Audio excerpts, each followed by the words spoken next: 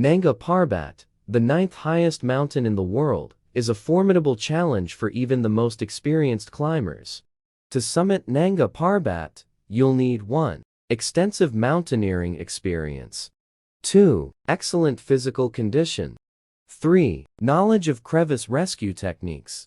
4. Familiarity with high-altitude climbing. 5. A permit from the Pakistani government. 1. Plan and prepare research, train. 2. Arrive in Islamabad, Pakistan, attain permits and prepare for the expedition. 3. Drive to Fairy Meadows, a scenic trekking point and the starting point of the climb. 4. Trek to base camp, a 3-mile, 4-day trek to reach the base of the mountain. 5. Acclimatize and establish higher camps, gradually ascend to camps 1-4, acclimatizing to the altitude. 6. Summit push, from camp. 4. Climb to the summit and return to camp. 3. 7. Descend to base camp. Carefully make your way back down the mountain. Please note that climbing Nanga Parbat is a serious undertaking and requires significant expertise and experience. It's essential to work with experienced guides and follow all safety protocols to minimize risk.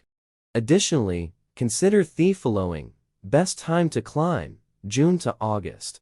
Average climb duration, 30-40 days. Elevation gain, over 7,000 meters. Terrain: glaciers, snow ice, and rock faces. Remember to prioritize safety and make informed decisions throughout the expedition. The first person to reach the summit of Nanga Parbat was Hermann Buell, an Austrian climber, who accomplished the feat on July 3, 1953 as part of a German-Austrian expedition. Here are some interesting facts about Hermann Buell's climb to the summit of Nanga Parbat.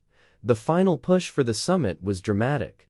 Buell continued alone for the final 1,300 meters, after his companions had turned back. The climbing harder and more time-consuming, he reached the summit at 7:00 p.m. The climbing harder and more time-consuming than he had anticipated. His descent was slowed when he lost a crampon. Caught by darkness, he was forced to bivouac, standing upright on a narrow ledge, holding a small handhold with one hand. He was exhausted, dozed occasionally, but managed to maintain his balance.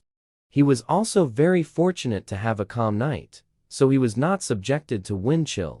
He finally reached his high camp at 7:00 p.m. the next day, 40 hours after setting out.